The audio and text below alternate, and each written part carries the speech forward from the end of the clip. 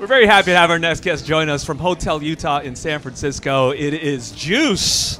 What up? What up? What's good, everybody? Representing the 617. Welcome to San Francisco, guys. Yeah, thank you, man. Appreciate it. So excited to be here. You know, there's so many, and I'm going to forget. People watching this are going to forget. So if we could just start with a roll call down the line, your name and what you bring to the party on this Friday night. All right.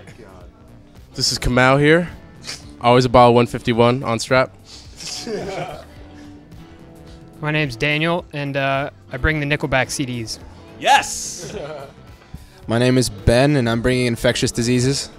Very good. My name is Miles, and I bring the Jewel Pods. I'm Christian. I bring religious dogmatism. Yo, what's up? I'm Rami. I bring social anxiety to the party.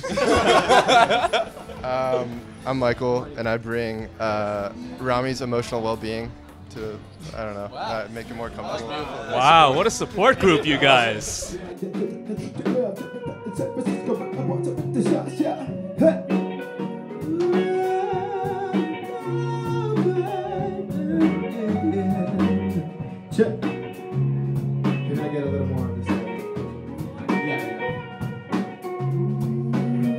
Congrats on all of the recognition you guys have been getting. You've been getting a lot of press. Obviously, your self-titled album came out last year. And I want to jump right to the newest single, Dave, because this is like Gran Torino inspired of some sort. I want to know whose grandfather this inspired. I think it's sort of like a combination of every grandfather in the United States. You're not going to talk to a grandpa, play loud music next to him. He's going to tell you to keep doing it, you know what I'm saying? Yeah. So, you know, we wrote Dave to give them an anthem. Okay. Yeah. The crux of the song is the perspective of this old man dealing with the youngsters and all these things. How did this really come to fruition? I think it's just sort of a culmination of a bunch of our experiences growing up with the Dave-type characters of the world, and sort of tying in our influences musically, some of the more rebellious stuff like Green Day and whatnot. So, yeah. This story started at Boston College. Ben, kind of the catalyst for the whole thing. Television superstar, almost.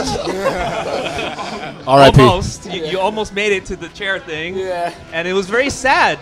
I didn't realize the process was like that, where they had backups. Yeah, they're real mad that everyone knows about this now. Yeah. I definitely blew it for them. Police exposed.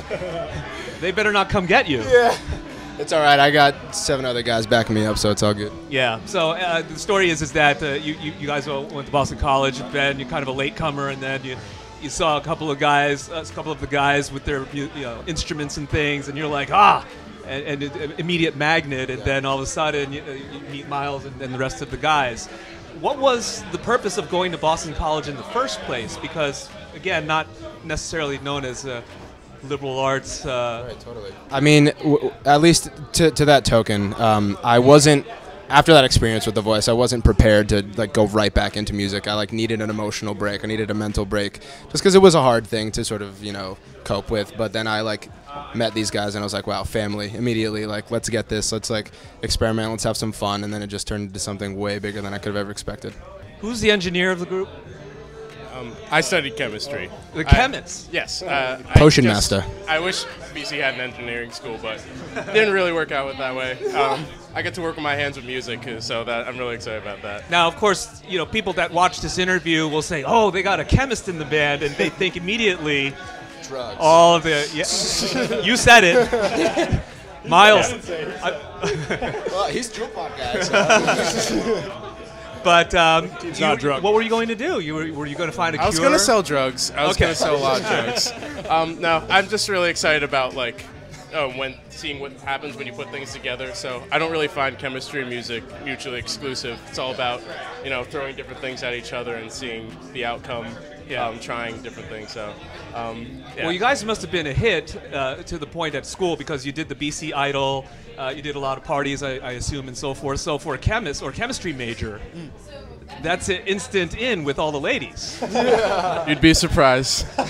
No, it's not. No. I usually have to prove myself, my social your social anxiety prowess. Yeah, my social anxiety. Everyone's got it, man. Everyone's got it. But we're pretty well-rounded guys. Right now, just talking to you guys, it's rubbing off immediately. So you guys are on this West Coast jaunt. I understand there's new material coming up. That's right. Written on the road, or what's the deal? You know, geez, it's so hard to write on the road. We really try and make time for it, though. And we've been talking about this a lot, actually. We're going to have this tour is a little bit more spaced out, and specifically on the West Coast. We're going to have some more time in LA, and I'm from San Diego, actually, so I'm really excited to show these guys my roots and stuff. But so we're going to have that time, and we're going to be able to chill a little bit and work on some music. But we're always working on stuff. It's even at soundcheck, like we're batting around ideas. Yeah, I mean, it's always crazy to hear about, like, we talk about this a lot, like the Beatles writing hits on the road and stuff, and that's like nuts. Like, hopefully we can get to that level, but yeah, we're always. Well, it takes time, right? So you guys are on the right path, and like I said, a lot of recognition and exposure, and best of luck with everything. Thanks so much. Yeah, man. Thanks for playing for us. Yeah, man. Thanks for Thanks having for me. hanging Peace out. out. Yeah, For sure. It's cool to meet you Peace guys. out on Yeah, air. That's right. It is Juice, and you're watching B-Sides on Air.